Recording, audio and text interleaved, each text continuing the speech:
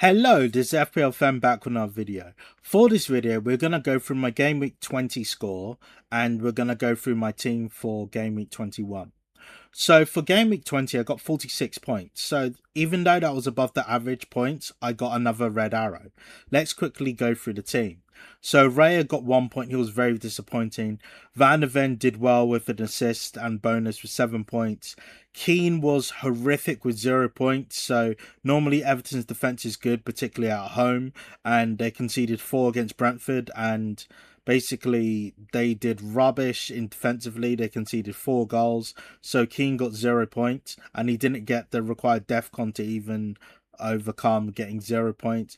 Gabriel came in. He was a great signing. So he scored with his 9 points. So he lost his clean sheet due to his own mistake. But he made up for it and scored. And 9 points, I was very happy with it. Gudmundsson only got 2 points. But for 3.8 million, you shouldn't expect much, particularly when he's the starter for Leeds, and Leeds defense is okay, but they don't get many clean sheets. Saka got 4 points, so this is okay, but it was slightly worrying that he didn't start the game. I'm glad he made a contribution with an assist, but that was slightly worrying, but we'll see with him. Wilson was good with 6 points, so Wilson scored against Liverpool.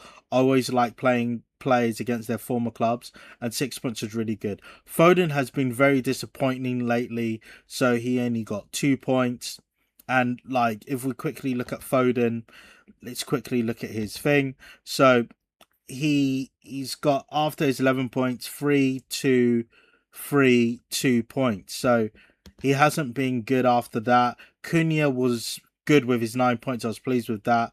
And up front, Haaland only got 4 points as captain, and Calvert-Lewin, a new signing, only got 2 points.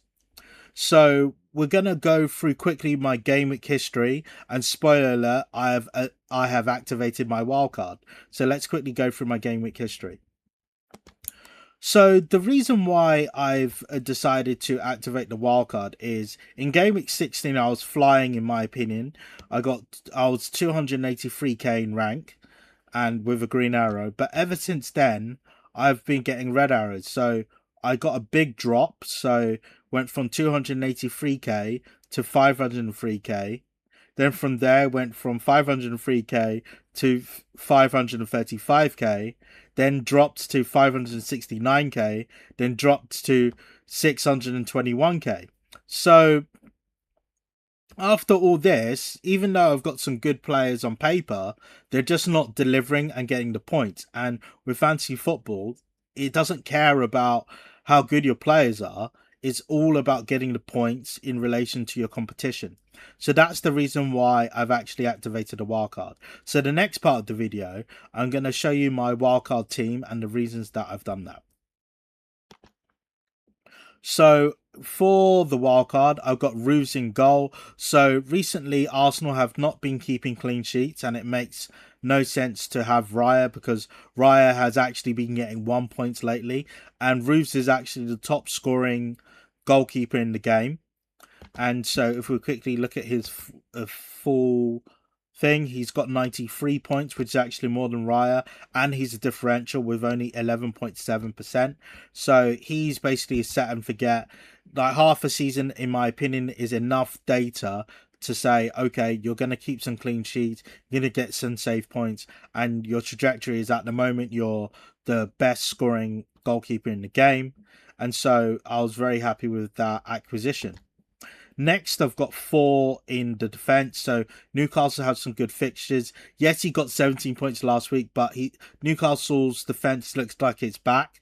And if we quickly go through his fixtures, he has Leeds next, which is a good fixture at home. He's got Wolves, which is another good fixture. And the best part of the defence is that they're all rotatable. So these 2 fixtures are really good. So, and he's only 6%, so that's another differential added into the team. So hopefully he can get some clean sheets and odd goal. The next part of the defence is I've stuck with Keane. So Everton actually do have a good fixture. So if we quickly look at his full profile. So Everton have got Wolves at home.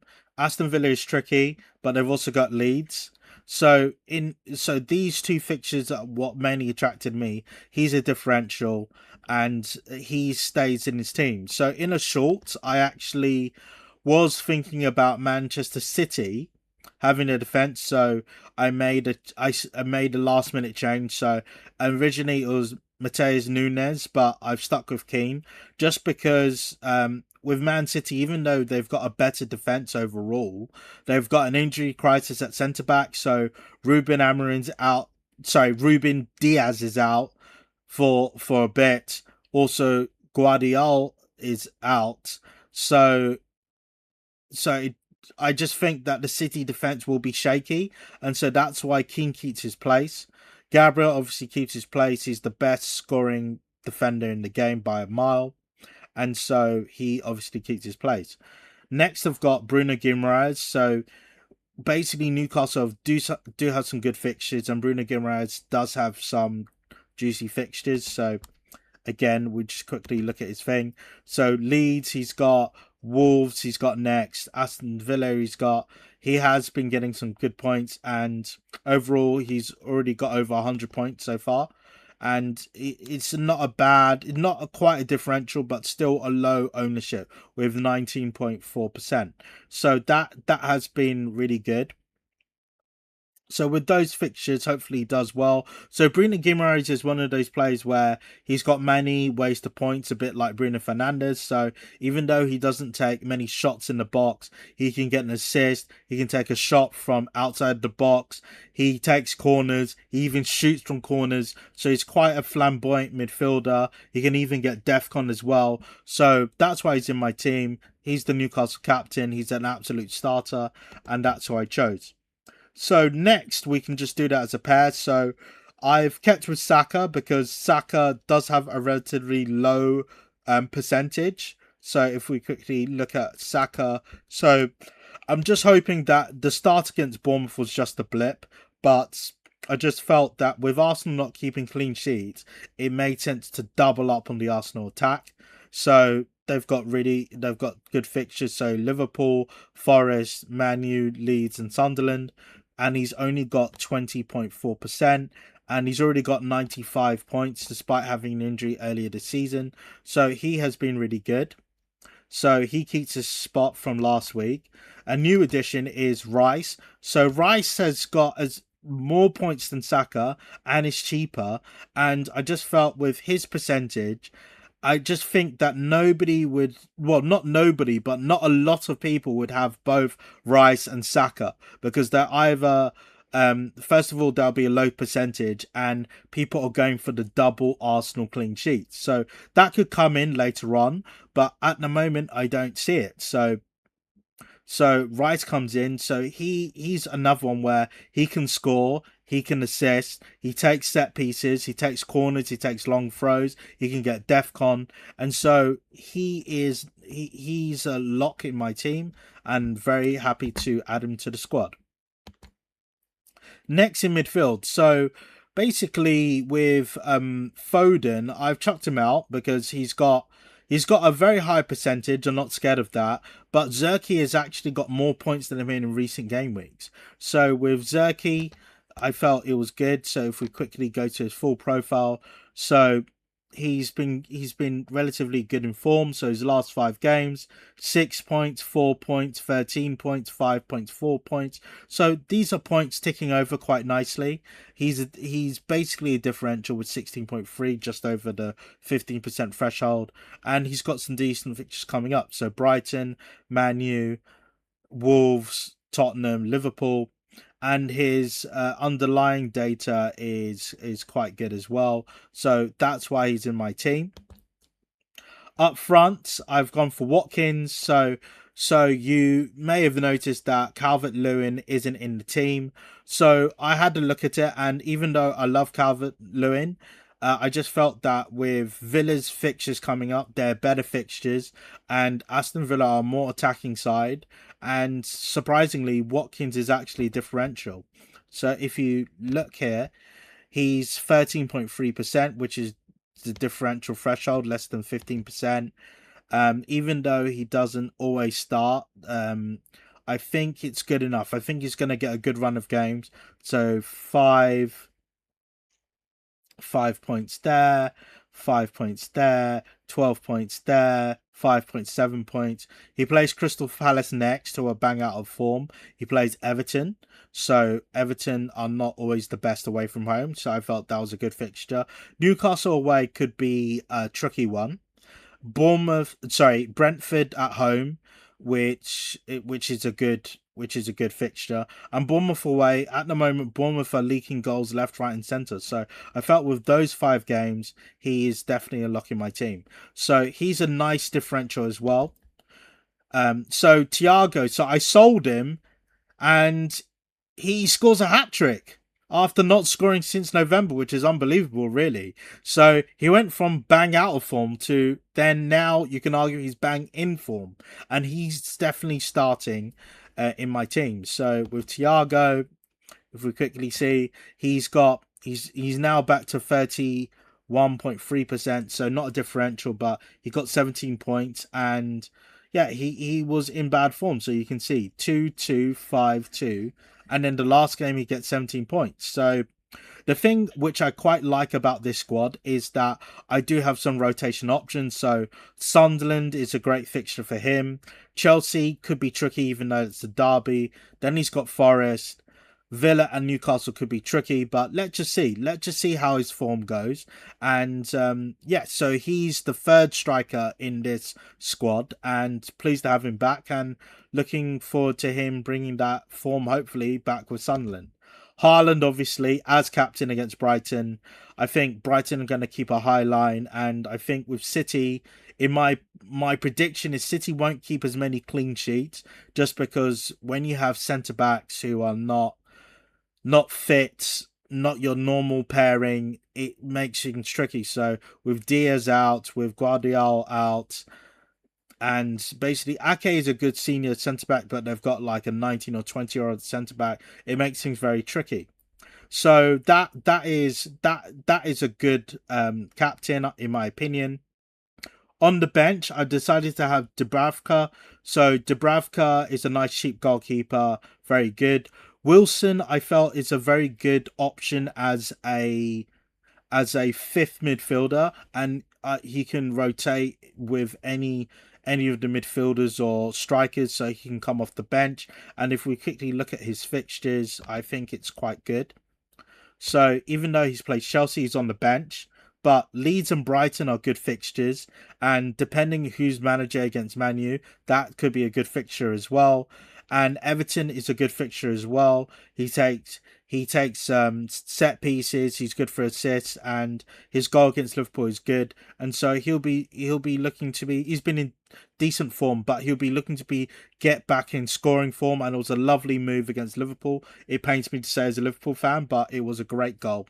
And he has 18.3%, so that is enough to help you in rank. So not quite a differential at the 15% mark, but that really helps you. So the change that I made last minute from the shorts is instead of Gunmonson, I've got Mikelele. So Sunderland's defense is actually quite good, and they've got some decent fixtures. So if we quickly look at his full profile, he has 89 points. So 89 points is good, and he's got some decent fixtures coming up. So Brentford is not bad. He's on the bench for that, but Crystal Palace is good. West Ham is good. Burnley is good. He gets the clean sheet. He gets DEFCON, and he takes their long throws, so that counts as set pieces. That's another differential with 9.2%. I definitely won't play him against Arsenal, but that makes the defense quite good to rotate. So I normally like the 3-4-3 or the 3-5-2, but it gives me options where some weeks if I want to play a 4-man defense. So that's a great addition to the squad. Van de Ven I've kept because Spurs have been in good form from a clean sheet point of view. So with Van de Ven on the bench, let's quickly go through his form and fixtures. So with Van de Ven on the bench, as you can see, he was rubbish here, but he got 11 points against Crystal Palace, which unfortunately I put him on the bench for, but he's got 6 points here, he's got 7 points here. So if I'm not mistaken, these are three these are 3 clean sheets on the bounce, so in good form. I didn't play him because I felt that Bournemouth, even though I think Bournemouth's attack is actually quite good, so that could prove tricky. But as you can see, he's got a lovely set of fixtures here, where he's got West Ham here, and Burnley here. So that is my squad. But like, let's quickly talk about the omissions. So some midfielders that I really wanted, but I couldn't fit in just due to the price and the structure. So of course Rodgers is good, but I didn't have the budget for that. Rodgers would be a nice double up with Watkins, but that wasn't possible. Semenyo is currently the top goal scoring midfielder in the game, but this is after the deadline. But actually, with Fabrizio Romano has given a here we go for Semenyo going to Man City. So that means that he's going to be a City midfielder, so he's not going to be anywhere near a good asset in fantasy football, because Pep likes to rotate, he likes to keep his players happy, and he likes to play players right into the fixture that he thinks suits best. And with Semenyo, I think he's going to pass more, because with Semenyo, he likes to shoot a lot, but then City have got Haaland, so they don't need him to shoot a lot. So just by that, from a tactical point of view, I think that makes Semenyo not a good asset in fantasy football. So occasionally Romano makes mistakes, but I think he would have given. I don't think he would have given a here we go if it wasn't official. So we'll quickly review that for next week. But that is my thoughts on the squad. This is the wild card. This is the reason why I've done it. I'm looking for some green arrows this week. So thank you for watching the video. Don't forget to hit that subscribe bell, because when you click on that subscribe bell, that allows you to get alerted to my new videos. So if you like this video, don't forget to like, comment and subscribe to the video. This is FPLFEM, and I'm out.